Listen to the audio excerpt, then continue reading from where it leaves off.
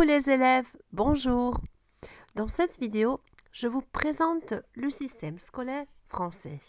Je vous parle un peu de l'école en France. L'école en France est composée de 4 moments. L'école maternelle, l'école primaire, le collège et le lycée. Vous êtes des élèves du collège. Le collège en France dure 4 ans, de 11 à 15 ans. Voyons dans le détail la formation des classes du collège. Les classes du collège sont la 6e, la 5e, la 4e et la 3e. Les jeunes adolescents qui vont au collège ont entre 11 et 15 ans. On les appelle les collégiens ou les élèves. Un collégien est un garçon qui fréquente le collège. Une collégienne est une fille qui fréquente le collège.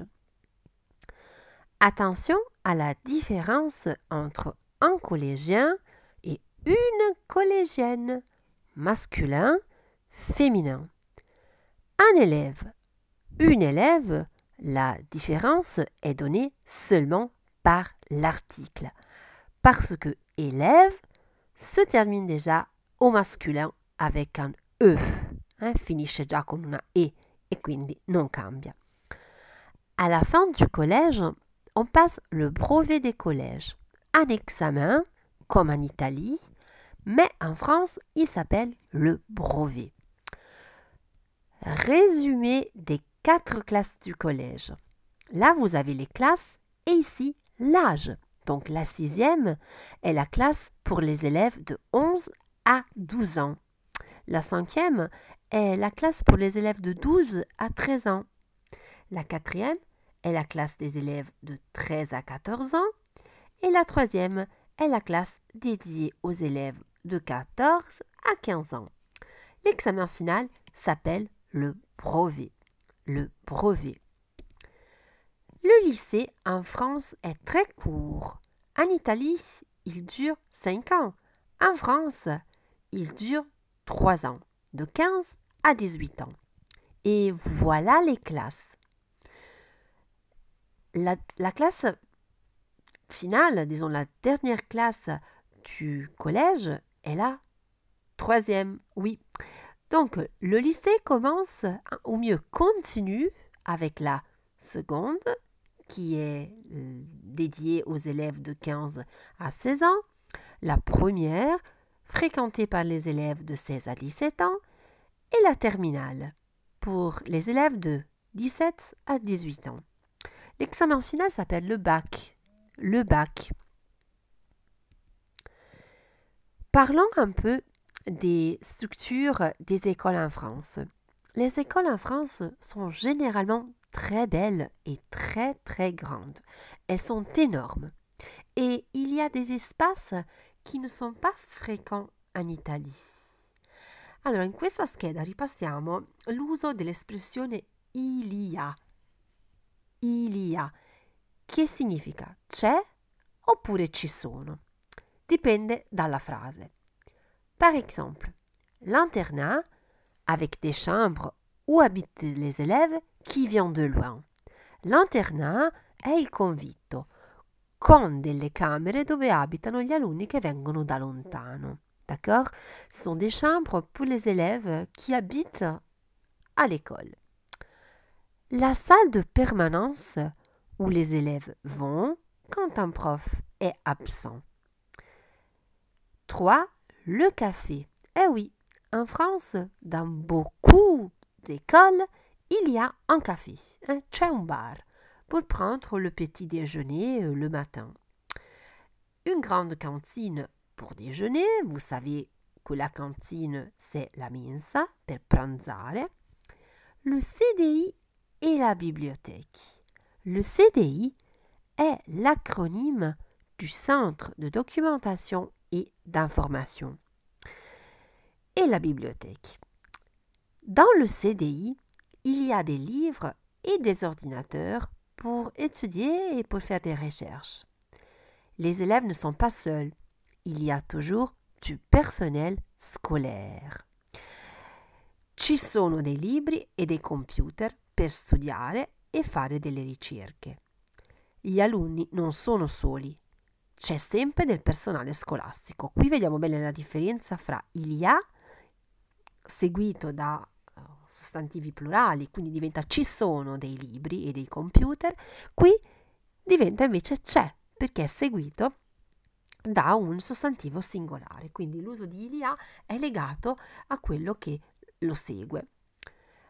Oh, je vous ai préparé des photos pour vous montrer les espaces précédents. D'accord? Donc, pour vous montrer le CDI, par exemple. Voilà le CDI.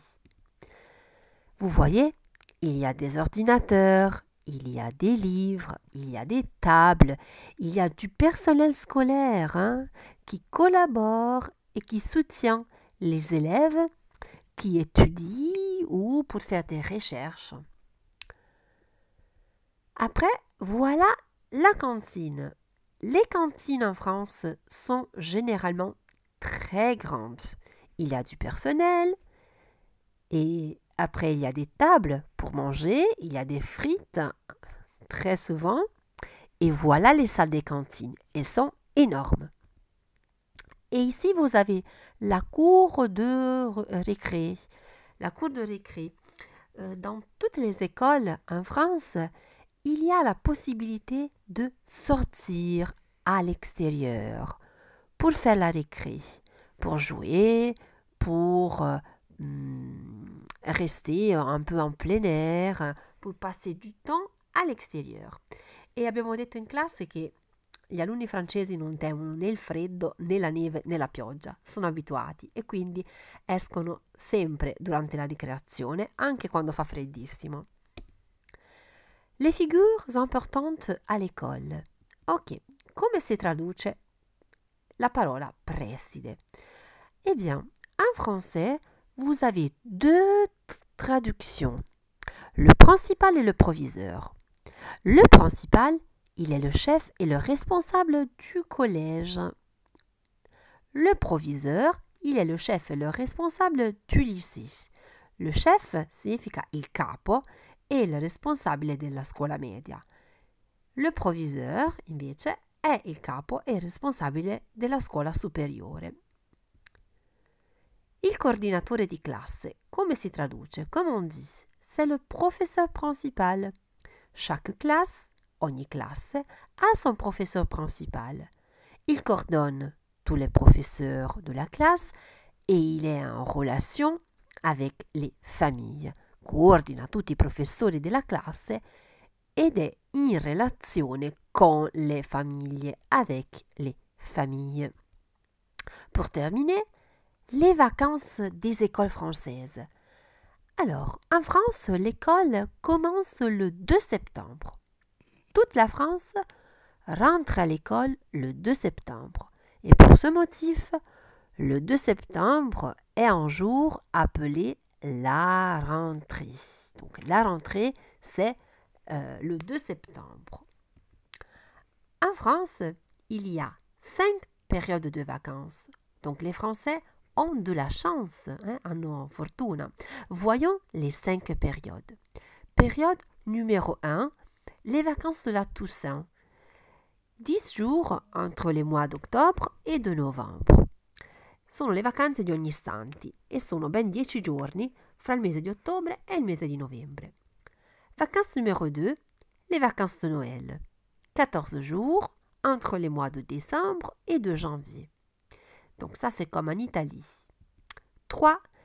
Les vacances d'hiver. Les vacances d'hiver n'existent pas en Italie. Elles sont exclusives de la France. 15 jours au mois de février. Et pourquoi ça? Eh bien, parce qu'en France, il fait froid, il neige et les Français adorent les sports d'hiver. Les Français adorent skier. Et donc, il y a des vacances pour partir à la montagne. Vacances 4, les vacances de printemps. Ça, c'est les vacances de Pâques.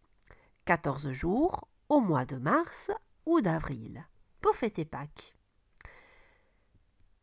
Pour terminer, Vacances numéro 5, les vacances d'été ou grandes vacances. Queste sono le vacanze estive. Elles durent 2 mois, du 1er juillet au 2 septembre. Donc le 1er juillet, c'est la fin de l'école. C'est le dernier jour d'école. Et on rentre le 2 septembre. Eh bien, merci beaucoup pour l'attention.